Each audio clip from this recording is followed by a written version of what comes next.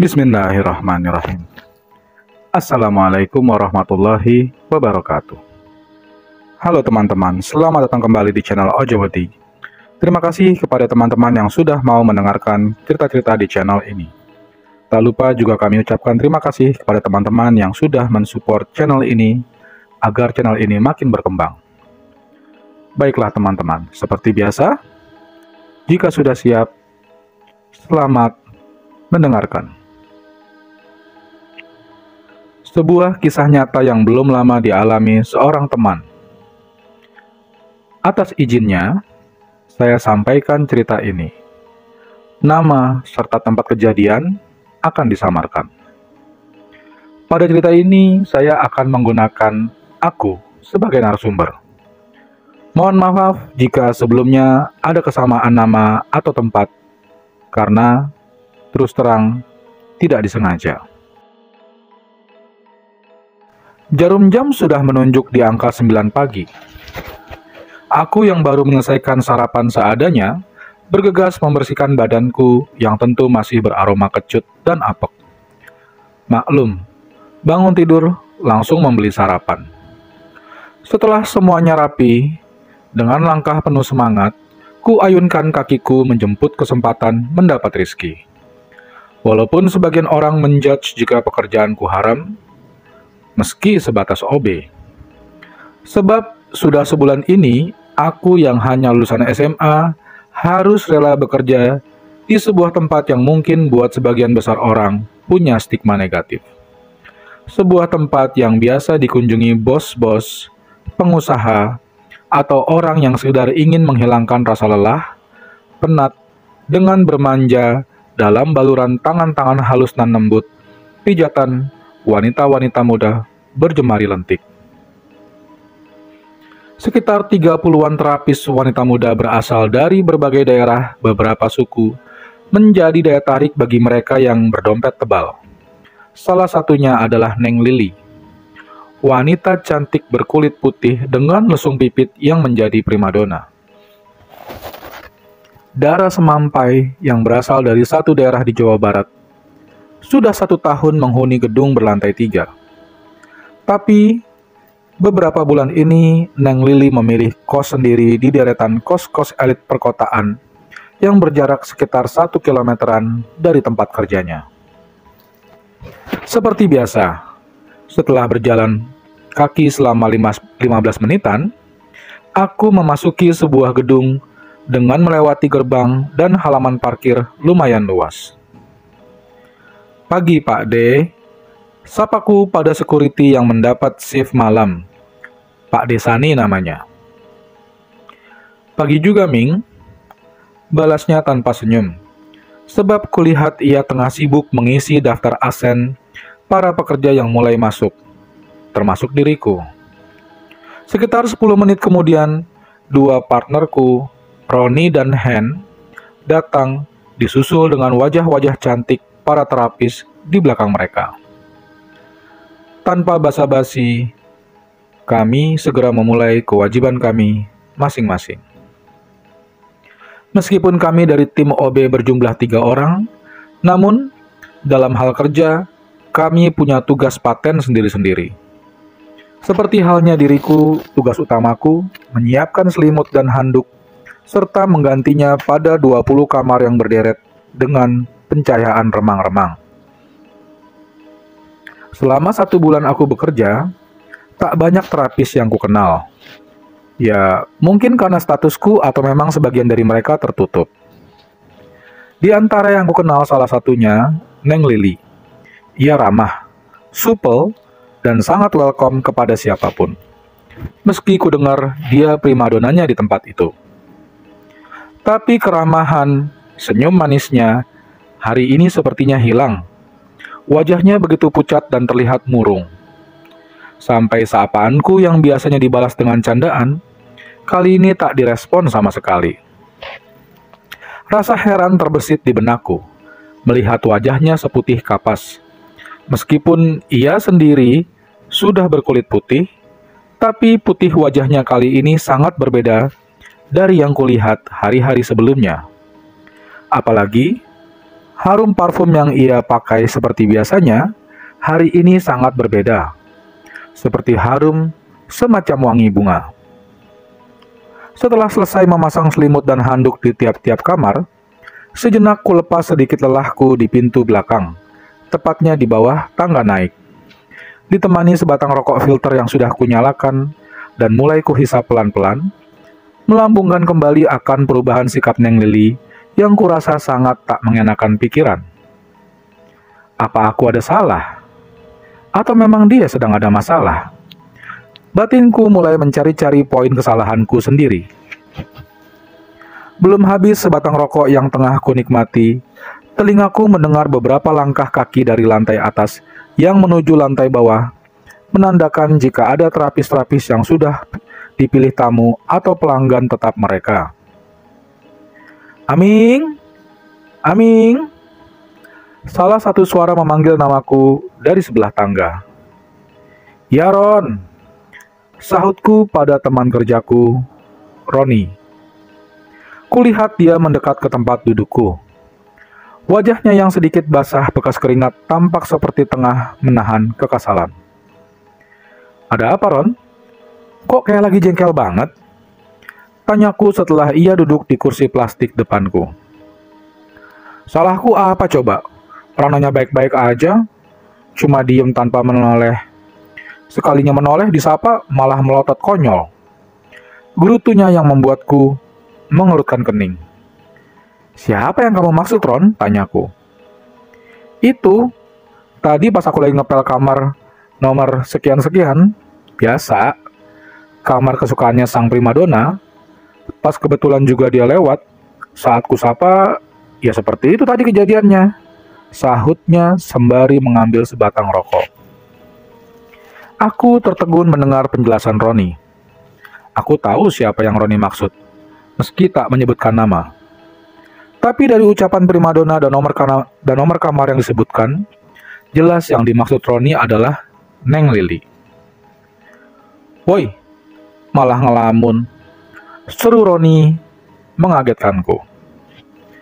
Memang hari ini Neng Lili gak seperti biasanya, Ron.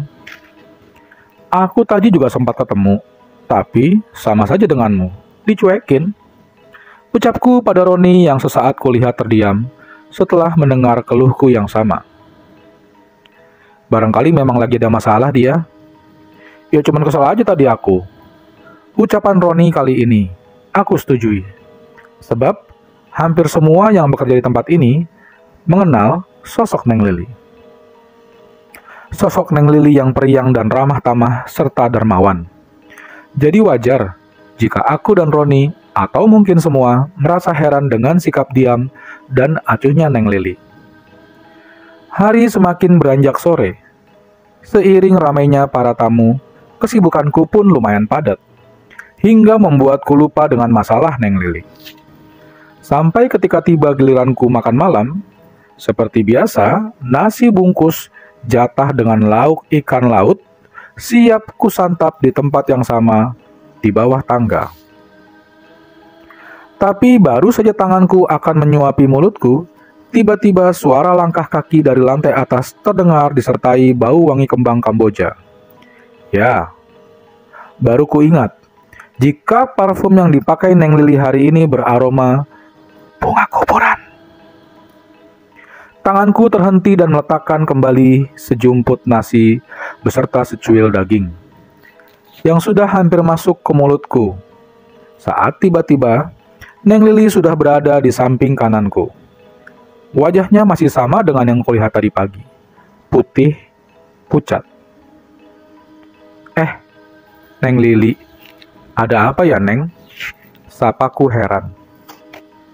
Sedetik, 2 detik, sampai beberapa kali tarikan nafas, tak ada jawaban darinya. Hanya tatapan matanya yang sayu, seperti menyimpan sesuatu yang ingin diungkapkan, tapi sulit untuk ia ucapkan. Bulu kuduku mendadak merinding, ketika harum bunga Kamboja sesaat memenuhi rongga hidungku. Mengingatkanku akan cerita dan film-film horor yang sering kulihat dan kubaca lewat HP. Ingin rasanya meraih pundaknya, saat ia menunduk dengan suara isakan yang terdengar lirih, tapi tertahan dengan rasa takut yang entah dari mana datangnya. Tiba-tiba saja mulai menjalariku. Suasana kaku antara aku dan Neng Lili bertahan selama beberapa menit, sebelum ia melambaikan badan. Sebelum ia membalikan badan, masih sempat kulirik matanya yang sembab akibat isakan tangis, sebelum ia benar-benar melangkah pergi dengan diam dan meninggalkan wangi bunga Kamboja. Sampai jam 10, jam istirahat, setelah pertemuanku tadi, aku tak bertemu atau melihat kembali Neng Lili. Mungkin pulang duluan ke kos, pikirku. Saat semua terapis yang tak menempati mes keluar, tapi tetap saja mataku tak melihat Neng Lili. Sampai di kosku yang sederhana pun, pikiranku masih saja terfokus pada Neng Lili.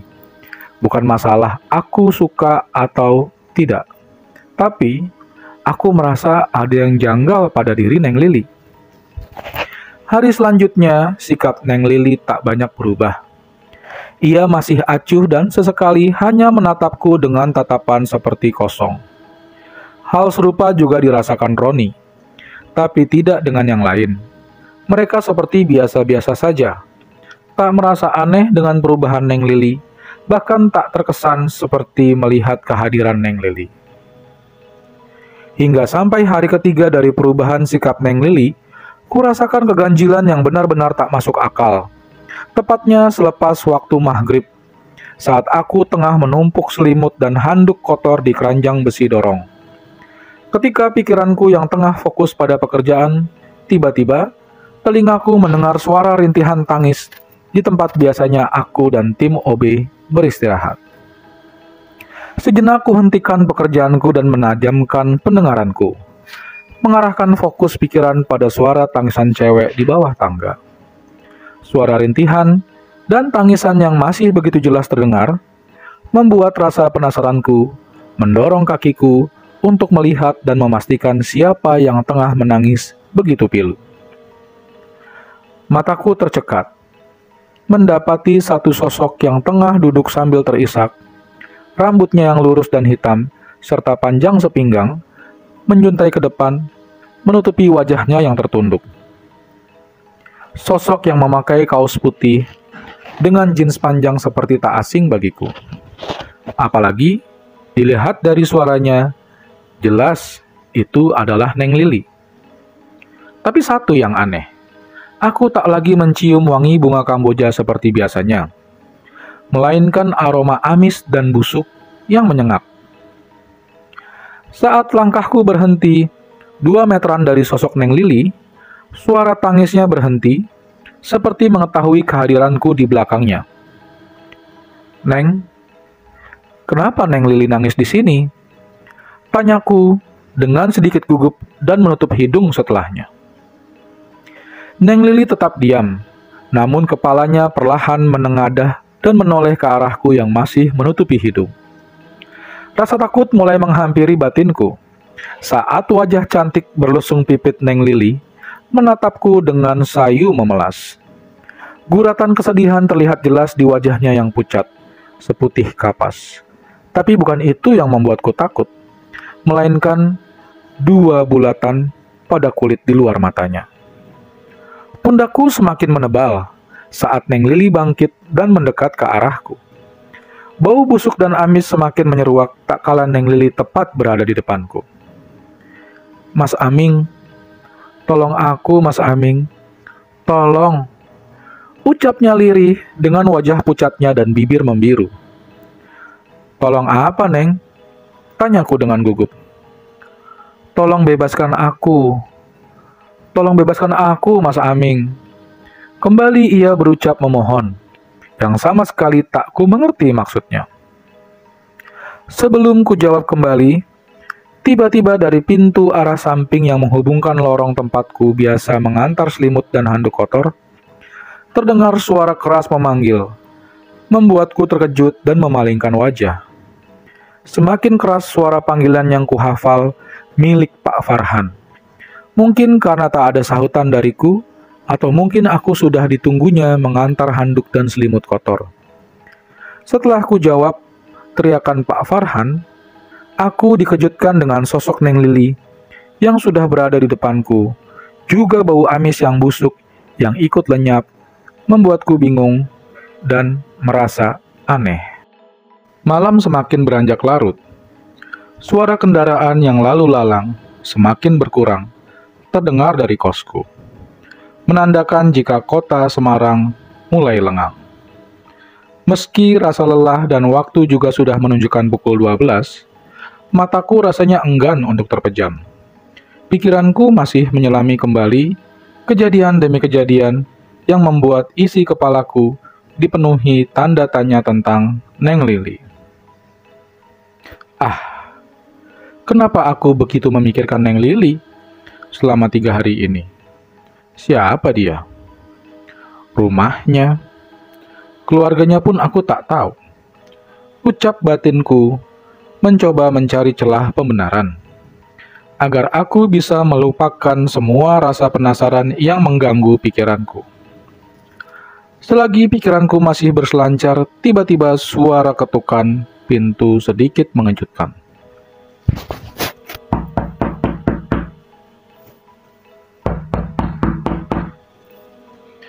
Kembali suara ketukan pintu di kosku terulang. Setelah kutukan pertama, tak kurespon.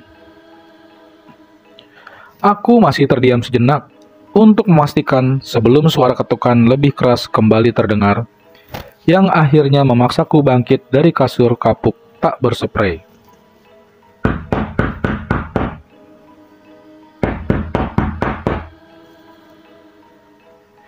Perasaan tak nyaman tiba-tiba menghampiri saat aku sudah berdiri, membuat tanganku ragu untuk memutar gagang pintu.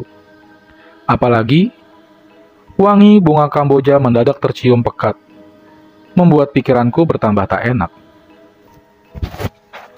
Mataku benar-benar terperanjat, mendapati satu sosok yang berdiri tepat di luar pintu, yang baru saja memaksa tanganku untuk membukanya. Neng Lili? Tegurku dengan suara sedikit bergetar. Kang Aming, tolong saya, Kang. Sahutnya lirih dan meminta tolong.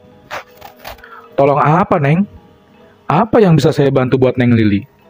Tanyaku yang mulai tersusupi rasa takut. Neng Lili tak menjawab. Hanya suara isak tangisnya yang terdengar membuatku mulai kebingungan. Maaf, Neng. Sebenarnya ada apa? Kenapa Neng Lili menangis? Dan Neng Lili mau minta tolong apa? Tanyaku lagi mulai gugup. Saya minta tolong, Kang Aming mau mengembalikan pesanan saya. Mau mengambilkan pesanan saya. Kalau sudah jadi. Soalnya saya besok mau pulang, Kang. Ucapnya dengan air mata mengalir. Aku tertegun mendengar permintaannya. Hanya demi sebuah pesanan, ia rela malam-malam begini datang ke kosku. Selagi pikiranku menerka-nerka, ia berlalu setelah berpamitan. Dan bodohnya aku, belum sempat menanyakan isi paketan dan di mana aku harus mengambilnya. Besok sajalah kutanyakan. Pikirku mengurungkan niat untuk mengejar sosok Neng Lili yang baru saja hilang di tikungan gang depan kosku. Setelah kepergian Neng Lili, bau kembang Kamboja pun berangsur-angsur hilang. Segera kututup pintu kos dengan perasaan tak menentu. Kurebahkan kembali tubuh lelahku agar segera terpejam, dan berharap sejenak bisa melupakan semua rasa penasaran yang memenuhi otakku. Pagi itu, aku yang seperti biasa selalu datang paling awal dibanding lainnya, merasakan satu dorongan kuat yang tak mampu kutolak untuk melangkah ke belakang. Entah apa yang aku cari, sampai aku merasa bingung sendiri. Hanya tumpukan-tumpukan selimut dan handuk yang kulihat saat kakiku berhenti di gudang. Tapi sesaat kemudian telingaku mendengar langkah kaki bersepatu seperti turun dari lantai atas. Paling mbak-mbak yang tidur di mes, pikirku. Meskipun begitu, rasa keingintahuanku membuat kepalaku menoleh. Posisiku yang dekat dengan tangga akhir membuat mudah untuk mataku mengenali pemilik langkah tersebut. Neng Lili, seruku setelah mataku mengenali sosok yang terlihat sangat cantik pagi ini dibanding hari-hari sebelumnya menurutku. Sikapnya pun sungguh berbeda kali ini. Senyumnya ramah, kembali mengembang. Juga wajahnya terlihat ceria, serta bau wangi dari tubuhnya kini seperti biasa yang sehari-hari ia pakai. Kang Aming, pesananku ada di alamat ini. Saya minta tolong ya sama Kang Aming. Soalnya cuma Kang Aming yang selama ini baik, jujur, dan sopan sama saya. Jadi, saya sangat percaya sama Kang Aming. Ucapnya lembut dengan kilatan kesedihan. Tiba-tiba kulihat di matanya yang bening. Saya juga minta maaf sama Kang Aming jika ada salah saya, ucapnya kembali. Sejenak aku terdiam. Ada rasa nyeri menyisip di dadaku ketika mendengar kata maaf dari bibirnya. Saya juga minta maaf sama Neng Lili karena saya sudah banyak merepotkan. Terima kasih banyak untuk semua bantuan Neng Lili yang begitu banyak kepada saya. Sahutku yang tiba-tiba saja meluncur dengan ucapan layaknya sebuah perpisahan, tanpa ku sadari. Sama-sama, Kang. Aku juga terima kasih. Kang Aming mau membantuku terakhir kalinya. Ucapnya penuh kesedihan. Maaf sebelumnya, Neng. Sebenarnya Neng mau pindah kerja kemana? Atau... Sudah ya, Kang. Saya mau pulang. Aku tak bisa lagi berucap ketika Neng Lili memotong pertanyaanku sembari melangkah keluar. Lama aku berdiri memandang dengan perasaan tak menentu. Sampai satu seruan dan tepukan di pundakku membuatku terjingkat. Ngelamun keopo, seru Pak Farhan dengan logat Jawanya. Pak Farhan. Enggak kok, Pak. Jawabku gugup. Kulihat Pak Farhan tersenyum tipis, seperti tahu akan lamunanku. Ini kok masih sepi, Pak? Ucapku setelah menyadari jika suasana masih begitu sepi, padahal sudah lewat jam 10. Loh, kamu belum dikasih tahu? Kalau hari ini, kita libur. Karena baru saja dapat berita kalau Neng Lili meninggal dunia. Jawaban Pak Farhan yang seketika membuat mataku terbelalak tak percaya. Jantungku seakan berhenti berdetak. Dadaku sesak dengan tubuh lemas seperti terisolasi. Ketika Pak Farhan mengulangi ucapannya sekali lagi. Tak mungkin. Tak mungkin. Teriak batinku yang masih belum percaya dengan ucapan Pak Farhan. Kamu kenapa, Ming? Kok jadi pucat banget wajahmu? Tanya Pak Farhan yang heran dengan kondisiku. Tidak, Pak. Tidak apa-apa. Tapi benar, Pak. Neng Lili meninggal. Jawabku dengan suara bergetar. Ya benar, toh. Masa ngabarin orang meninggal kok main-main, Ming? Jawabnya agak sewot. Bahkan, Neng Lili meninggalnya sudah 3 hari yang lalu. Baru ketahuan setelah dicek kosnya. Awalnya Neng Lili dikira teman-temannya pulang kampung. Ada juga yang mengira kalau jalan sama pacarnya. Sebab seminggu yang lalu, kata temannya, dia mengeluh gak enak badan dan pengen pulang. Malah pulang selamanya. Ucap Pak Farhan menjelaskan. Tubuhku tiba-tiba seperti mati rasa. Kaku. Seperti tak ada lagi darah yang mengalir. Setelah mendengar penjelasan lebih dari Pak Farhan. Sesaat kemudian pikiranku langsung melayang mundur ke waktu 3 hari yang lalu. Saat pertama perubahan sikap Neng Lili, yang berarti hari itulah dia menghembuskan nafas terakhirnya. Ayo, Ming, ajak Pak Farhan setelah ia selesai mengunci pintu belakang dan gudang. Aku hanya mengangguk karena rasanya tubuhku seperti tak bertenaga. Sebelum kuikuti ajakan Pak Farhan, perlahan tanganku membuka kertas alamat. Tulisan tangan Neng Lili, tulisan yang rapi dengan tinta hitam, menunjukkan satu alamat yang tak asing bagiku. Langkah gontaiku mengikuti Pak Farhan dari belakang. Nalarku masih terus mencerna pertemuanku dengan Neng Lili beberapa puluh menit yang lalu. Wajahnya, suaranya, dan guratan kesedihan masih sangat jelas di pelupuk mataku. Jerit tangis langsung menyambutku, yang baru sampai di halaman kos elit berlantai 2. Suara isakan yang mayoritas dari teman seprofesinya membuat suasana duka teramat mendalam.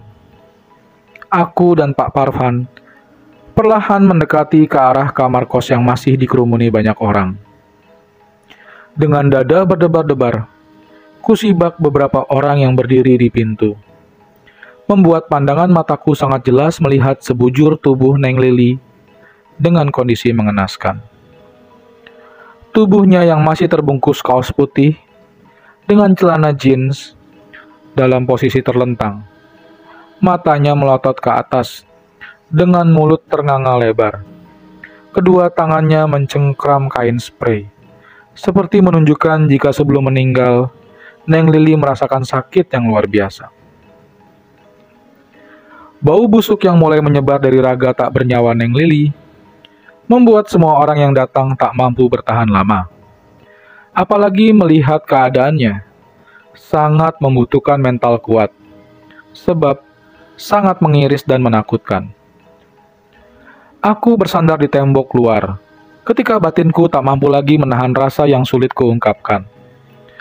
Lebih-lebih otakku kembali memutar memori beberapa kejadian yang kini ku tahu, sebagai suatu isyarat akan kematiannya. Ketika mataku mengedar ke sekeliling, tak sengaja berbenturan dengan mata temanku, Roni. Kulihat wajahnya begitu pucat, mungkin sama dengan wajahku saat itu. Tapi, dari tatapan matanya, aku menebak ada ketakutan luar biasa dalam dirinya. Karena aku tahu, jika dirinya dan aku saja yang bertemu dengan Neng Lili selama 3 hari, tepat saat kematiannya.